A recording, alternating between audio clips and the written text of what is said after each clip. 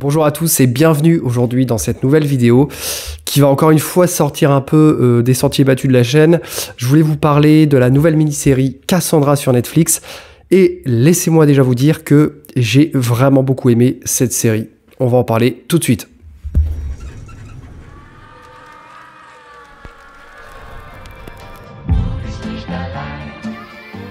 De quoi va-t-on parler dans cette mini-série en 6 épisodes de 45 à 50 minutes chacun environ? Eh bien, je vais vous lire le synopsis. Dans cette série, une famille emménage dans la maison connectée la plus ancienne d'Allemagne qui est restée inoccupée pendant plus de 50 ans. À leur arrivée, ils vont découvrir Cassandra, une intelligence artificielle qui se réveille de son sommeil. Ich bin Cassandra. Willkommen zu Hause. Wow. Du bist nicht allein. Cassandra, c'est une très bonne surprise. J'ai dévoré les 6 épisodes en une journée, vraiment. J'ai vraiment beaucoup aimé. Je vous la conseille, faites-moi confiance. Allez-y, les yeux fermés. Je vais vous expliquer pourquoi vous devez regarder cette série. Qu'est-ce qui fait selon moi que c'est une bonne série. Surtout si vous avez aimé Dark. Alors Dark, c'est la série sur Netflix en 3 saisons, qui était excellente, qui était une série allemande. On y retrouve des similitudes, notamment au niveau de la gestion du temps. Vous allez avoir les couleurs qui vont se ressembler. Ça se passe aussi en partie, du moins dans les années 70-80, si ma mémoire est bonne. Et ce qui est bien avec ce genre de série, c'est qu'on garde toujours un pied dans la réalité. C'est pas de la science-fiction pure, et ça, j'aime beaucoup. Alors, j'ai trouvé cette série bien plus proche de Dark que de Black Mirror. Dans le style, dans le traitement des images également. Alors, effectivement, il y a le sujet d'une potentielle dérive de la technologie qui revient sur la table, un peu comme Black Mirror aime le faire.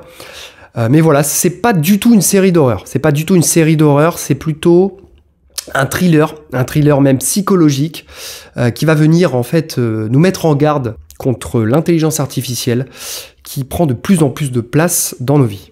Cassandra, c'est une intelligence artificielle qui est capable de contrôler chaque recoin de la maison. Elle est capable de contrôler chaque recoin de la maison grâce à une forme robotique, avec à la place de la tête une forme d'écran, voilà, carré, mais également à travers plusieurs télévisions disposées dans toute la maison, même la salle de bain, où elle va pouvoir écouter, elle est dotée de micros, elle va pouvoir retransmettre des images. Elle peut éteindre, elle peut allumer les lumières, fermer ou déverrouiller ou fermer les portes, faire la cuisine, elle peut tondre la pelouse, etc. À l'heure d'Alexa et de OK Google, bon, c'est pas si improbable que ça, puisqu'on est déjà capable finalement de faire ça, de mettre de la musique avec OK Google notamment. Mais là, ce qui est intéressant, c'est que peu à peu, Cassandra, eh bien, elle va se permettre de plus en plus de liberté et elle va se montrer bien plus complexe qu'elle n'en a l'air. Alors, l'un des atouts majeurs, selon moi, de la série, c'est vraiment les sujets qu'elle va aborder. Et son principal sujet, eh bien, c'est les dangers liés à l'intelligence artificielle. Bah, effectivement, l'intelligence artificielle peut-elle faire courir un risque aux êtres humains? Est-ce que les humains peuvent perdre le contrôle de leur création? C'est le cœur du sujet. Ça n'innove pas sur ce sujet-là forcément. Lorsqu'on parle d'intelligence artificielle, c'est une problématique qui revient souvent. On peut le voir dans 2001, l'Odyssée de l'espace de Kubrick, où le robot, enfin l'ordinateur plutôt, HAL 9000, va venir en fait se rebeller contre l'être humain. Et là, c'est un peu ça. Voilà, sans spoiler, évidemment, vous vous en doutez. Donc, ce sujet-là, il est très bien abordé. Il va pas innover, mais il a bien cerné son sujet. Il y a un autre sujet également qui est abordé dans cette série, c'est l'attachement émotionnel aux machines que peuvent avoir les êtres humains pour les machines. Et la série, elle nous en parle également très bien. Peut-on créer des affinités? Peut-on éprouver de la sympathie pour une machine qui n'est pas faite de chair et d'os comme nous pouvons l'être? La série, elle va aborder cette question par le biais de la petite fille dans la série, qui ne veut pas éteindre Cassandra. Elle veut à tout prix la laisser allumer. Elle va la considérer comme un peu un compagnon de jeu, une amie. Et c'est un thème qu'on peut retrouver dans Robbie. Donc c'est la première nouvelle du cycle des robots de Isaac Asimov, le grand Isaac Asimov. Dans cette nouvelle, c'est pareil, une petite fille va s'amuser avec un robot, les parents vont vouloir éteindre ce robot, et la petite fille ne va pas vouloir. Et bien ici, on retrouve finalement exactement la même chose. Donc on peut retrouver cette inspiration-là dans la série. Je pense que les scénaristes de la série s'en sont inspirés. C'est un thème qui est très récurrent. Lorsqu'on aborde les intelligences artificielles, elle le fait très très bien. On peut aussi mettre en parallèle cette série avec R de Spike Jonze, avec Joaquin Phoenix, qui est aussi un très très bon film que j'avais beaucoup aimé à l'époque, où le personnage principal commence à éprouver des sentiments pour une intelligence artificielle. Moi je vous conseille ce film si vous ne l'avez pas vu. Vraiment un très bon film. Ce qui m'a assez surpris, c'est que finalement c'est quasiment un huis clos, mais vous n'avez pas la sensation, tu n'as pas la sensation d'être vraiment dans un huis clos en fait. Tu n'as pas du tout cette sensation, et moi, pour te dire, je me suis fait cette réflexion après le visionnage. Je me suis dit, mais en fait, il n'y a pas beaucoup de décors dans cette série. Bon, évidemment, on va avoir le décor du lycée, on va avoir des décors qui vont vite passer, mais la majorité, on va dire 85-90% de la série va se faire dans cette maison. La maison est très très grande, et donc c'est peut-être aussi pour ça qu'on n'a pas l'impression d'être dans un huis clos, mais finalement c'est quasiment un huis clos, et ça, la série le fait très très bien. Un autre thème aussi qui va être abordé dans la série, qui moi je trouve c'est peut-être le meilleur thème, si tu veux, qui a été abordé dans la série, c'est le principe de précaution.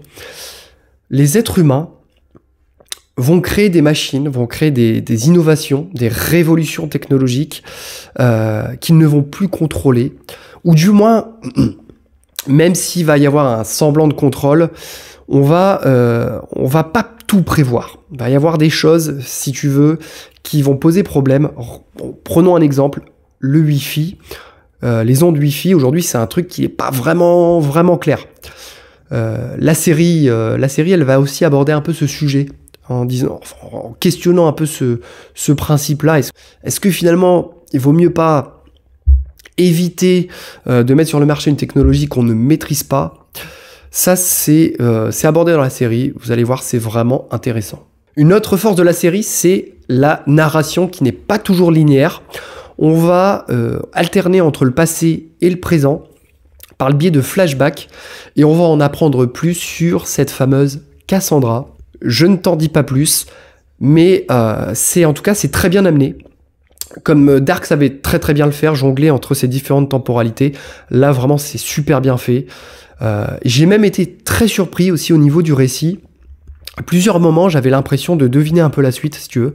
Je pense que tu as aussi eu déjà cette sensation devant des films et des séries, où tu as l'impression que bon, c'est couru d'avance, et au final on pense qu'il va se passer ça, et au final pas du tout. Pas du tout, le scénario prend un virage complètement inattendu, et ça j'ai beaucoup apprécié. Bon, évidemment, la série, elle n'est pas exempte de défauts. Il y a plusieurs choses qui m'ont un peu dérangé, je vais pas te mentir. Bon, le final de la série, il peut en déranger certains. Il y a certaines choses qui sont pas forcément toutes débloquées. Moi, ça m'a pas dérangé. Je trouve que le final est vraiment bien. Ça conclut bien la série. Mais je peux comprendre certaines des critiques qui vont juger le final un peu déroutant, ce qui n'a vraiment pas été mon cas. Donc il y a ça. Une autre chose, c'est le jeu d'acteur. Alors, paradoxalement, l'acteur qui joue le père et l'actrice qui joue la mère, bon, c'était des fois un peu moyen. C'était un peu moyen, des fois c'était un peu à la limite de la série B, si tu veux.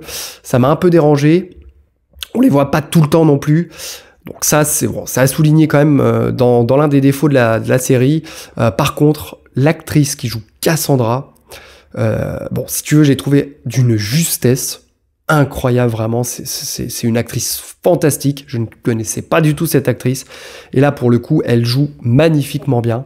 Un autre truc où j'étais un peu sur mes gardes au début de la série, ça m'a un peu fait tilter, c'est la relation sentimentale du jeune garçon de la famille. Et franchement, honnêtement, j'ai pas compris. J'ai pas compris ce que ça faisait là.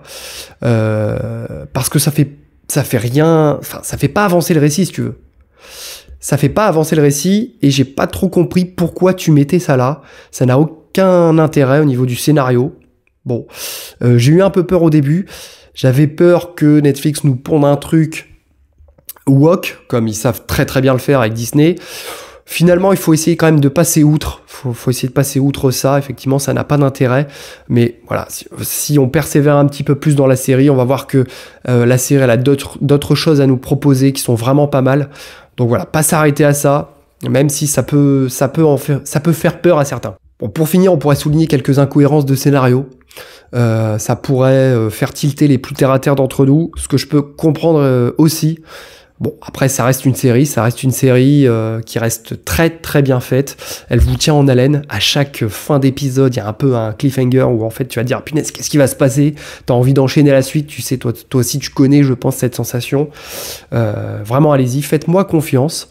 Allez-y les yeux fermés. Et finalement, j'ai trouvé cette mini-série en 6 épisodes vraiment excellente, que ce soit par son récit, par les sujets qu'elle va aborder. Donc je lui mettrai vraiment la note de 8 sur 10. Et je t'invite, toi, à me dire ce que t'en as pensé dans les commentaires. Et voilà, je pense qu'on a tout dit. J'espère que je te l'ai bien vendu. C'est tout pour cette vidéo. Et si tu n'as pas aimé, dis-moi pourquoi tu n'as pas aimé. Mets-moi un commentaire. N'hésite pas à t'abonner si la vidéo t'a plu et à mettre un petit pouce en l'air. Voilà, je te dis à bientôt pour une prochaine vidéo et je te remercie de m'avoir écouté.